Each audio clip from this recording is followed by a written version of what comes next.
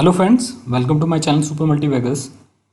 दोस्तों देखिए, yes bank के बारे में जब भी कोई वीडियो बनी है उसमें एक चीज़ निकल के आई है कि काफ़ी लोगों ने पूछा है कि यस बैंक और आईडीएफसी फर्स्ट बैंक, इन दोनों बैंकों के अंदर कौन सी बैंक अच्छी है, कौन सा स्टॉक अच्छा है। इसके बारे में बहुत सारे क्वेश्चंस आए हैं, बहुत सारे कमेंट्स इसके बारे में आए हैं। और साथ ही जितने भी कमेंट्स किए हैं वो ज़्यादातर उन सब्सक्राइबर्स ने किए हैं जो कि काफ़ी लंबे टाइम से मेरे वीडियोज़ के साथ जुड़े हुए हैं।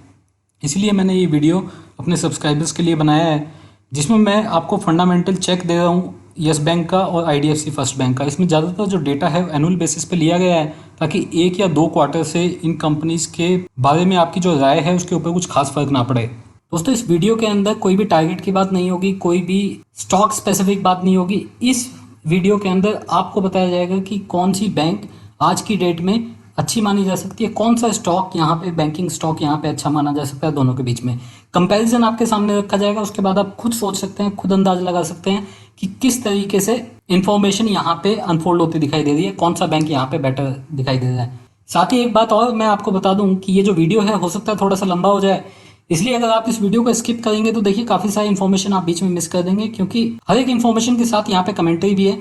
तो अगर आप इसको ठीक से सुनेंगे तो आप समझ पाएंगे और अंदाजा लगा पाएंगे कौन सी बैंक यहाँ पे, कौन सा बैंकिंग स्टॉक यहाँ पे बेटर है। इससे पहले मैं स्टार्ट करूँ, आप लोगों से रिक्वेस्ट है कि अगर आप फर्स्ट टाइम मेरे चैनल के ऊपर आए हैं या मेरा कोई वीडियो वॉच कर रहे हैं तो चैनल को सब्सक्राइब जरूर कर लीजिएगा। फ्यूचर में इसी तरीके की इन्फॉर्मेटिव वीडियोज़ आपको टाइम टू टाइम मिलती रहेंगी। तो चलिए स्टार्ट करते हैं। सबसे पहले अगर हम देखें दोनों कंपनीज की एनुअल टर्नओवर अगर आप कंपेयर करोगे, यस बैंक की जो एनुअल टर्नओवर है वो मार्च 2020 तक तो वो कई 38,000 करोड़ के आसपास की है। आईडीएफसी फर्स्ट बैंक की जो एनुअल टर्नओवर है वो 18,000 करोड़ के आसपास की है। तो अगर आप आईडीएफसी फर्स्ट बैंक के एनुअल टर्नओवर देखते हैं तो ऐसी हालत में भी यस बैंक से करीब आधे से भी कम है आईडीएफसी फर्स्ट बैंक की एनुअल टर्नओवर। पहली बात। दूसरी बात, देखिए जून में जो भी नंबर्स आए हैं वो यहाँ पे कंपेयर नहीं किए गए हैं। जून में हुआ क्या है, यस बैंक की जो टर्नओवर है वो कम होती दिखाई दी है, 16.5% के आसपास की गिरावट आपको दिखाई दी थी। आईडीएफसी फर्स्ट बैंक में यहाँ पे बढ़त दिखाई दी है, जो एनुअल टर्नओवर है उसमें अच्छी खासी ग्रोथ आपको यहाँ पे दिखाई दी है। तो ये जो चीजें हैं, इन्फॉर्मेशन ये आज की डेट की है, मतलब मार्च की है, और उसके बाद आने वाले टाइम में हो सकता है अगले 2-3 साल के अंदर चीजें बड़ी जल्दी चेंज हो, क्योंकि आईडीएफसी फर्स्ट बैंक काफी एग्रेसिव है और यस बैंक यहाँ पे कंसोलिडेट कर रहा है, अपनी जो बुक्स हैं उनको क्लीन करने का काम कर रहा है। तो एनुअल टर्नओवर देखेंगे तो एनुअल टर्नओवर यहाँ पे यस बैंक की जो एनुअल टर्नओवर है आईडीएफसी फर्स्ट बैंक के एनुअल टर्नओवर से काफी ज्यादा है। उसके बाद आइए टोटल ब्रांचेस में, अगर आप टोटल ब्रांचेस देखते हैं यस बैंक की तो 1135 है 31 मार्च 2020 को। आईडीएफसी फर्स्ट बैंक की अगर आप टोटल ब्रांचेस देखते हैं तो 503 है। तो मतलब फिर से अगर आप देखेंगे यस बैंक की जो टोटल ब्रांचेस हैं वो आईडीएफसी की ब्रांचेस से काफ़ी ज़्यादा है, मतलब डबल से भी ज़्यादा है। उसके बाद टोटल एटीएम्स देखेंगे अगर आप इन दोनों कंपनीज के तो सेम चीज़ आपको यहाँ पे दिखाई देगी, बल्कि अगर एटीएम्स आप देखते हैं तो यस बैंक के जो एटीएम्स हैं वो आईडीएफसी फर्स्ट बैंक के कंपैरिजन में 3 गुना है, 3 टाइम्स है आईडीएफसी फर्स्ट बैंक के कंपैरिजन में। उसके बाद मार्केट कैप आप दोनों कंपनीज के देख लीजिए। मार्केट कैप यहाँ पे यस बैंक की 35,000 करोड़ की मार्केट कैप है, आईडीएफसी फर्स्ट बैंक की 16,000 करोड़ की मार्केट कैप है। देखिए यहाँ पे आप लोगों को पता होगा कि ये जो एफपीओ के शेयर्स हैं वो ऐड हो चुके हैं यस बैंक के अंदर, और इसीलिए यस बैंक की जो मार्केट कैप है यहाँ पे आपको बढ़ती हुई दिखाई दे रही है। इससे पहले अगर आप जाएंगे मार्केट कैप एफपीओ के लिस्ट होने से पहले मार्केट कैप यहाँ पे 15-16 हज़ार करोड़ के आसपास की मार्केट कैप थी यस बैंक की। तो उस टाइम पे जो शेयर था 12 रुपये का, काफ़ी अच्छा लग रहा था। 12 रुपये के प्राइस पे आपको अच्छी खासी बड़ी बैंक मिल रही है, जिसमें कि प्रॉब्लम चल रही है, प्रॉब्लम्स की वजह से स्टॉक आपको काफ़ी नीचे के प्राइस पे मिल रहा था। यहाँ पे यस बैंक की मार्केट कैप आज की डेट में 35,427 करोड़ की दिखाई दे रही है, जबकि आईडीएफसी फर्स्ट बैंक इसके कंपैरिजन में भी काफ़ी छोटा बैंक है, 16,100 करोड़ के आसपास की यहाँ पे मार्केट कैप है आईडीएफसी फर्स्ट बैंक की। अब चलिए आगे चलते हैं, मार्केट प्राइस देख लेते हैं दोनों कंपनीज का। मार्केट प्राइस अगर आप यस बैंक का देखेंगे 14 रुपीज़ के आसपास चल रहा है, 14.1। 2-3 सर्किट यहाँ पे लगातार लग चुके हैं इस स्टॉक के अंदर, और आईडीएफसी फर्स्ट बैंक में देखिए 28.40 रुपये का स्टॉक प्राइस चल रहा है। अब इन दोनों बैंकों में अगर आप पिछले 1-1.5 साल का प्राइस देखेंगे, प्राइस मूवमेंट देखेंगे, आपको नेगेटिव दिखाई देगा। दोनों ही बैंक ने नेगेटिव रिटर्न दिया है। आप लोगों को पता ही होगा कि यस बैंक ने तो बहुत ही ज़्यादा नेगेटिव रिटर्न दिया है, करीब 70-75% के आसपास स्टॉक नीचे है। लेकिन आईडीएफसी फर्स्ट बैंक ने भी कुछ अच्छा रिटर्न नहीं दिया इन्वेस्टर्स को। अगर मैं इसको पिछले 2 साल में कंपेयर करूं तो ये जो स्टॉक प्राइस है 55-56 रुपये के आसपास से अभी 28 रुपये के आसपास है, और ये 17 रुपीज़ के आसपास चला गया था। मतलब जो इसका एक्चुअल प्राइस था उसका ये 1/4 हो गया था, काफ़ी नीचे वहाँ से चला गया था। अभी भी देखते हैं तो 28 रुपये 40 पैसे के आसपास आईडीएफसी फर्स्ट बैंक काम कर रही है। अच्छी रिकवरी देखने के लिए मिली आईडीएफसी फर्स्ट बैंक में 17 के प्राइस से। अगर आप देखेंगे आज 28 रुपये का प्राइस है, तो कोई 11-12 रुपये के आसपास की रिकवरी यहाँ पे बड़ी तेज देखने के लिए मिली है आईडीएफसी फर्स्ट बैंक के। उसकी बड़ी वजह है कि 2 क्वार्टर काफी अच्छे गए हैं इस बैंक के। रिटर्न ऑन इक्विटी अगर आप देखेंगे एक साल का, तो देखिए यस बैंक का तो रिटर्न ऑन इक्विटी जैसे मैंने बताया 75-76% के आसपास डाउन है। आईडीएफसी फर्स्ट बैंक में देखेंगे यहाँ पे भी नेगेटिव आपको दिखाई दे रहा है रिटर्न ऑन इक्विटी। यहाँ पे आपको दिखाई दे रहा है -18.45%, मतलब 19% के आसपास, -19% के आसपास यहाँ पे आईडीएफसी फर्स्ट बैंक का रिटर्न ऑन इक्विटी दिखाई दे रहा है।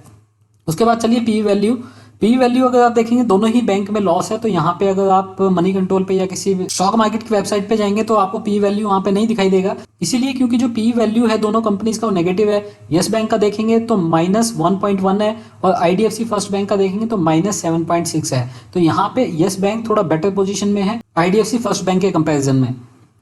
अब देखते हैं लास्ट रिपोर्टेड नेट प्रॉफिट। दोनों ही कंपनी ने लास्ट जो क्वार्टर गया है उसमें प्रॉफिट दिखाया है। ले जून के क्वार्टर की बात हो रही है, जून के क्वार्टर में दोनों ही कंपनीज ने प्रॉफिट दिखाया है। यस बैंक ने अगर आप देखेंगे 45 करोड़ का प्रॉफिट दिखाया है। आईडीएफसी फर्स्ट बैंक ने यहाँ पे 100 करोड़ के आसपास का प्रॉफिट दिखाया है।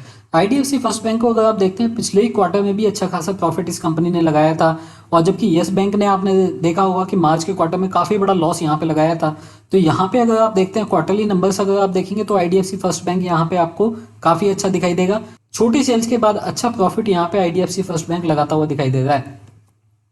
अब आगे चलते हैं, एनुअल नेट इंटरेस्ट मार्जिन देखते हैं। देखिए नेट इंटरेस्ट मार्जिन क्या होता है, बैंकिंग कंपनी जो होती है उसको लैंड करने के लिए, उसको लोन देने के लिए, बैंकिंग कंपनी का मेन बिजनेस होता है लोन देना, और लोन देने के लिए उनको पैसे की रिक्वायरमेंट होती है, मनी की रिक्वायरमेंट होती है। तो उसको वो पैसा कहीं ना कहीं से लेना पड़ता है, या तो वो आरबीआई से लेते हैं, या वो दूसरे मार्केट से लेते हैं, सेकेंडरी मार्केट से लेते हैं, या फिर हो सकता है वो बॉन्ड इशू करे, या फिर बाहर से, इंडिया के बाहर से लें। 3-4 तरीके होते हैं पैसे जुटाने के।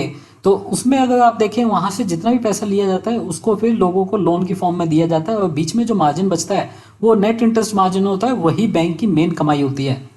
अगर मैं एनुअल नेट इंटरेस्ट मार्जिन की बात करूं, दोनों कंपनीज का कंपेयर करते हैं, नेट इंटरेस्ट मार्जिन यहाँ पे येस बैंक का पिछले साल का गया है 2.6%, जो कि बहुत ही ज़्यादा कम है। अगर आप किसी भी बैंक को देखोगे तो यहाँ पे 3-3.25% के आसपास हर एक बैंक का आपको दिखाई दे जाएगा net interest margin. IDFC first bank में ये काफ़ी ज़्यादा है, ये 4.03 यहाँ पे आपको आईडीएफसी फर्स्ट बैंक का नेट इंटरेस्ट मार्जिन दिखाई दे रहा है, जो अपने आप में बहुत ही पॉजिटिव चीज़ है, काफ़ी अच्छी मानी जा सकती है। अब देखिए जो आईडीएफसी फर्स्ट बैंक का जो बैंक अकाउंट है, आप लोगों को पता होगा वहाँ पे सेविंग्स बैंक अकाउंट में 7% के आसपास की रिटर्न मिल रही है, और ऐसी सिचुएशन में इस तरीके का नेट इंटरेस्ट मार्जिन रखना ये अपने आप में कमाल की बात है। अब आगे चलते हैं, annual net profit. Annual profit तो क्या है ही नहीं दोनों बैंक में। अगर आप एनुअल बेसिस पे देखोगे, लॉस आप देख लीजिए, यस बैंक के अंदर 16,432 करोड़ के आसपास का लॉस है, जो कि इसने दिखाया था 31 मार्च 2020 को। आईडीएफसी फर्स्ट बैंक में करीब 2,000 करोड़ के आसपास का, 1,900 करोड़ के आसपास का आप लॉस मानिए, जो कि इसने दिखाया था 31 मार्च 2020 को। तो यहाँ पे यस बैंक का जो लॉस है वो बहुत ही ज़्यादा है, लेकिन उसमें कुछ एक्सेप्शनल चीज़ें हैं। आप लोगों को पता होगा कि इसके काफ़ी सारे जो लोन है वो बेड लोन हो गए हैं, काफ़ी सारे डेट्स हो गए हैं, बहुत ज़्यादा प्रोविजनिंग हुई है, उसकी वजह से ये हालत है। आईडीएफसी फर्स्ट बैंक में भी अगर मैं देखूँ तो अगर मैं सिर्फ वोडाफोन को दिया हुआ लोन यहाँ पे हटा देता हूँ तो कंपनी काफ़ी पॉजिटिव यहाँ पे दिखाई दे सकती है। देखिए वोडाफोन को इन्होंने बहुत बड़ा लोन दिया हुआ है, और उसकी वजह से उसके ऊपर काफ़ी प्रोविजनिंग भी कर ली है अपनी बैलेंस शीट के अंदर, इसलिए 2 क्वार्टर इनके लॉस में चले गए, काफ़ी ख़राब हो गए। 50-60% के आसपास प्रोविजनिंग करके ये बैंक बैठी है वोडाफोन के लोन के लिए। ये जो ईपीएस है माइनस में इसलिए क्योंकि बहुत ही बड़ा लॉस यहाँ पे बैलेंस शीट के अंदर बैठा हुआ है, और जब तक वो लॉस क्लियर नहीं होगा तब तक ये जो ईपीएस है आपको यहाँ पे माइनस में आता दिखाई देगा। आईडीएफसी फर्स्ट बैंक में भी देखेंगे वहाँ पे भी माइनस में ईपीएस चला गया है, कहीं 6% के आसपास यहाँ पे माइनस में ईपीएस चला गया है। तो ईपीएस दोनों कंपनीज का माइनस में है, इसीलिए आपको मनी कंट्रोल के ऊपर ईपीएस दोनों कंपनीज का दिखाई नहीं देता है। अब आगे चलते हैं, अब कुछ इंपॉर्टेंट चीज़ें जो आपको समझनी चाहिए उनमें से एक capital adequacy ratio. Annual basis की बात कर रहे हैं हम। अगर आप कैपिटल एडिक्वेसी रेशियो देखेंगे, देखिए येस बैंक की जो CAR है, कैपिटल एडिक्वेसी रेशियो, काफ़ी ख़राब हो गई थी। अगर हम इस FPO के पैसे आने से पहले देखें तो ये 8.5% के आसपास पहुंच गई थी। अगर इसी को आप पैसे आने के बाद देखेंगे तो ये वापस से 13-14% के आसपास आ गई है। आरबीआई के नॉर्म्स हैं वो भी आपको बोलते हैं कि आप 9.5% के आसपास की कैपिटल एडिक्वेसी रेशियो मेंटेन करोगे, उससे भी नीचे चली गई थी कैपिटल एडिक्वेसी रेशियो यहाँ पे येस बैंक की, और ये एक बड़ी प्रॉब्लम थी इस बैंक के लिए, बाहर से पैसा ये लोग नहीं जुटा पा रहे थे इसी प्रॉब्लम की वजह से, क्योंकि कैपिटल एडिक्वेसी रेशियो काफ़ी नीचे चली गई थी, कोई बाहर से पैसा देने के लिए इस बैंक को तैयार नहीं था और उसी के चलते यहाँ पे एफपीओ लेके आना पड़ा। दूसरी तरफ अगर आप आईडीएफसी फर्स्ट बैंक की बात करते हैं, यहाँ पे आपको 13.38% की कैपिटल एडिक्वेसी रेशियो दिखाई दे रही है। ये जून के नंबर्स हैं इसलिए आपको 13.38 की दिखाई दे रही है।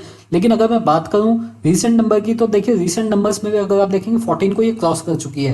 जो कैपिटल एडिक्वेसी रेशियो है आईडीएफसी फर्स्ट बैंक की, वो जून क्वार्टर के अंदर आप देखेंगे वो 14% से ज़्यादा की आई है। लेकिन ये 14% 13% ये बहुत ज़्यादा नहीं होती है। अगर आप किसी अच्छी बैंक की बात करेंगे, अगर हम आईसीआईसी बैंक की बात करें 16% से ज़्यादा है, अगर आप एचडीएफसी की बैंक की बात करें तो 17% से ज़्यादा है। तो इस तरीके की capital adequacy ratio bank maintain करती है। उनके कंपैरिजन में दोनों बैंक अभी काफ़ी नीचे हैं। उसके बाद आप अगली चीज़ देखिए, इंपॉर्टेंट चीज़ जिसके ऊपर हम लोगों के जो स्टॉक प्राइस होते हैं किसी भी बैंक का, किसी भी बैंकिंग स्टॉक का, वो डिपेंड करता है। वो देखिए वो है ग्रॉस एनपीए। जो एनपीए है वो बहुत ही बड़ा रोल प्ले करता है किसी भी बैंक और किसी भी एनबीएफसी का स्टॉक को कितना प्रीमियम मिलेगा ये डिसाइड करने के लिए। अगर आप यस बैंक का ग्रॉस एनपीए देखते हैं तो 17.5% के आसपास यहाँ पे आया है। यस बैंक ने अब से 10 साल पहले तक जो ग्रॉस एनपीए दिखाया, कभी 2% का ग्रॉस एनपीए इन्होंने क्रॉस नहीं होने दिया। 2-2.5% मतलब कभी 1-2 बार गया होगा, 2-2.5% के आसपास गया होगा, बट अदरवाइज बहुत ही अच्छे लेवल पे यहाँ पे ग्रॉस एनपीए मेंटेन होता था। लेकिन बाद में वो चीज़ें पता चली कि उसमें बुक्स में कुछ ऐसी चीज़ें थी जो कि इन्होंने छुपा के रखी थी, एनपीएस जो कि इन्होंने नहीं दिखाए थे, और बाद में पता चला कि जो इनका एक्चुअल एनपीए वो काफ़ी ज़्यादा है। तो अभी अगर हम देखें तो जो एनपीए का लेवल है वो 17% को भी क्रॉस कर गया है। 17.35% के आसपास यहाँ पे ग्रॉस एनपीए है येस बैंक का।